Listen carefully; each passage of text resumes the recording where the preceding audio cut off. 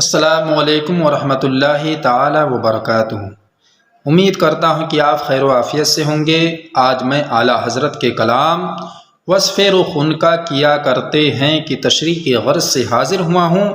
انشاءاللہ العزیز اپنے ناقص علم کی وسعت کے مطابق کچھ باتیں ناظرین کے حوالے کر رہا ہوں۔ امید ہے کہ آپ اسے بغور سماعت فرمائیں گے اور ساتھ ہی ساتھ اس فقیر کو بھی دعاؤں میں یاد رکھیں گے۔ حضرات، اعلیٰ حضرت عظیم البرکت فاضل بریلوی رضی اللہ تعالی عنہ اپنے دیوان مبارک یعنی ہدائق بخشش کے اندر فرماتے ہیں وصف رخ ان کا کیا کرتے ہیں، وصف رخ ان کا کیا کرتے ہیں، شرح والشمس ضحیٰ کرتے ہیں، ان کی ہم مدح و ثنا کرتے ہیں، ان کی ہم مدح و ثنا کرتے ہیں، جن کو محمود کہا کرتے ہیں، جن کو محمود کہا کرتے ہیں۔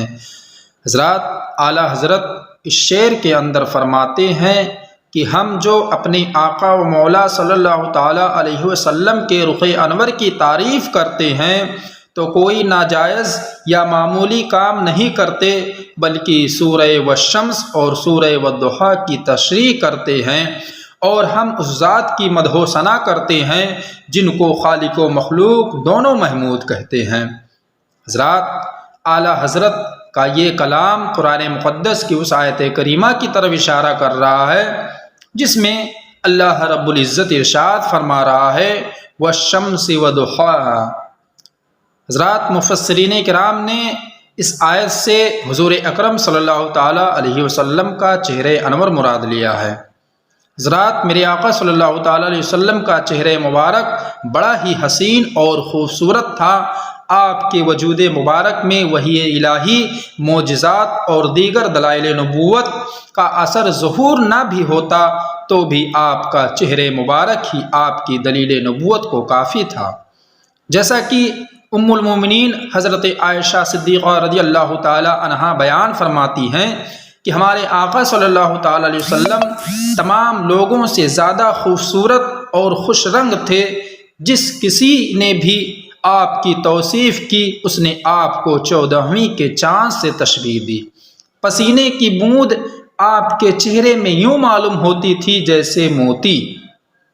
اسی طرح حضرت عبداللہ بن سلام رضی اللہ تعالی عنہ جو یہودیوں کے بہت بڑے عالم تھے، فرماتے ہیں کہ جب حضور اکرم صلی اللہ تعالی علیہ وسلم مدینہ منورہ میں تشریف لائے تو لوگ کام کاج چھوڑ کر جلدی جلدی آپ کو دیکھنے آ رہے تھے۔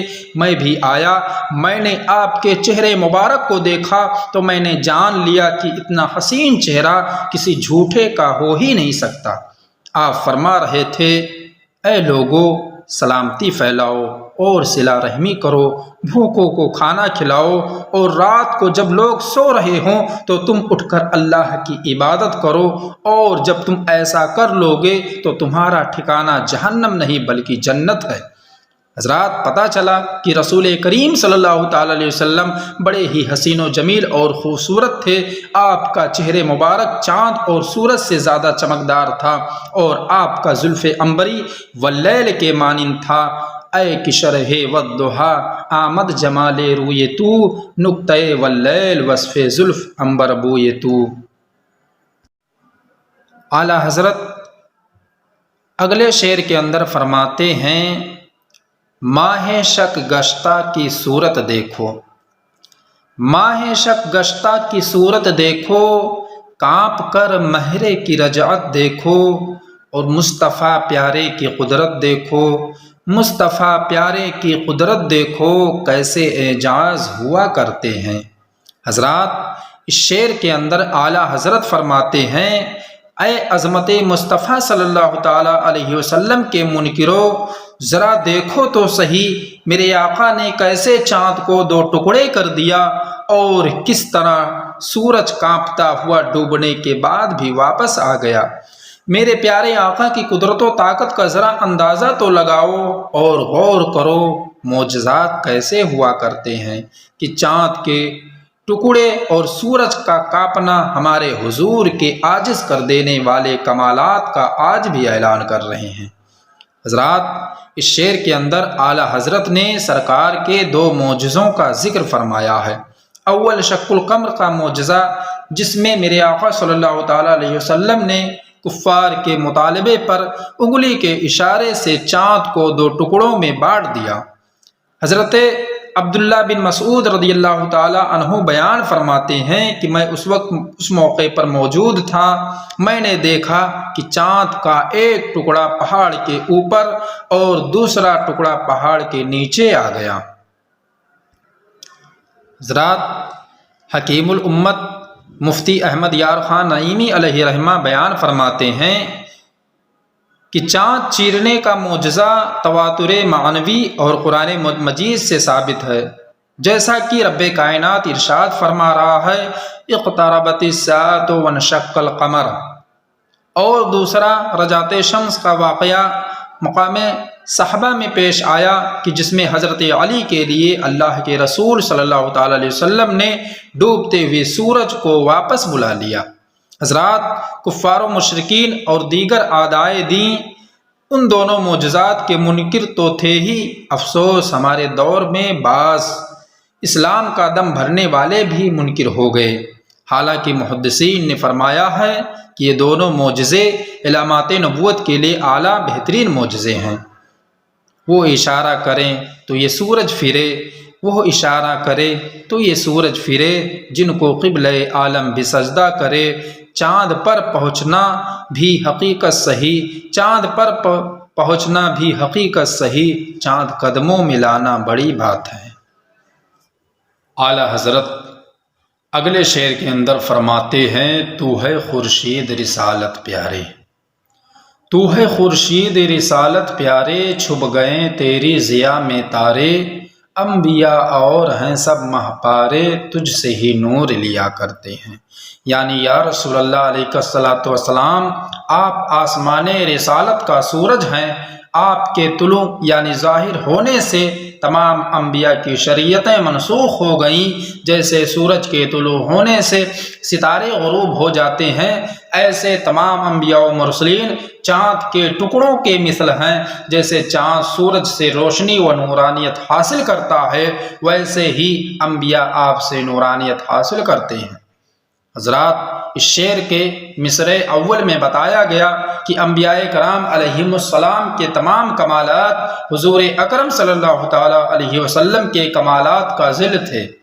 وہ اپنے اپنے وقت میں کمالات دکھاتے رہے، لیکن جب حضور اکرم صلی اللہ تعالیٰ علیہ وسلم تشریف لائے تو ان سب کے کمالات آپ کے کمالات میں ایسے پوشیدہ ہو گئے جیسے سورج کے آنے پر ستارے پوشیدہ ہو جاتے ہیں۔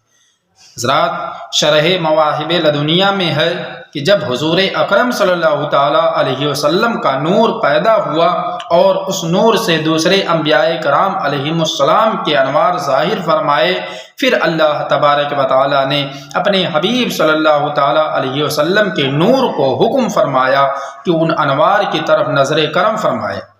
جب آپ کے نور نے ان انوار پر نظر ڈالی تو وہ تمام انوار مان پڑ گئی۔ عرض کی یا اللہ، یہ کس کا نور ہے؟ ارشاد ہوا یہ میرے حبیب کا نور ہے، اگر اس پر ایمان لاؤ گے تو مرتبہ نبوت پاؤ گے۔ سب نے عرض کی ہم ان کی نبوت پر ایمان لائے۔ حضرات، حضور اکرم صلی اللہ تعالیٰ علیہ وسلم فضل و شرف کے سورج اور حسن و خوبی کے چاند ہیں۔ اسی فضل کے سورج سے نور لے کر تمام انبیاء کرام چمکتے رہے، یعنی حضور اصل ہیں اور سارے انبیاء فرع ہیں۔ آپ سورج ہیں اور رسول تارے ہیں، سب نبی نور ہیں، لیکن ہے تفاوت اتنا، نیر نور ہو تم سارے رسول تارے ہیں۔ جس طرح ستارے آفتاب کا نور لے کر دمکتے ہیں، لیکن کب چمکتے ہیں؟ جبکہ آفتاب چھپا ہو۔ اسی طرح تمام انبیاء کرام اسی آفتاب فضل سے نور لے کر چمکے اور اس وقت تک چمکتے رہے جب تک آفتاب نبوت کے نیر اعظم نے صحن عالم میں قدم نہ رکھا۔ قرن و بدلی رسولوں کی ہوتی رہی، قرن و بدلی رسولوں کی ہوتی رہی، چاند بدلی کا نکلا ہمارا نبی۔